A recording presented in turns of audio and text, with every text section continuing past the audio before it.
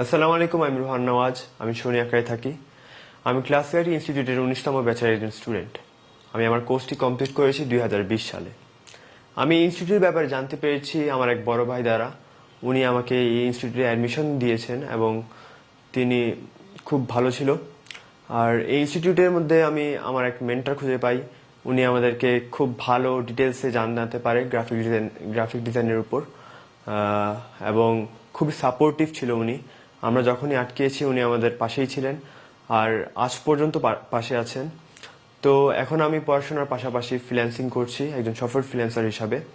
তো এখনও উনি আমাদেরকে সাপোর্ট দিয়ে এসেছেন।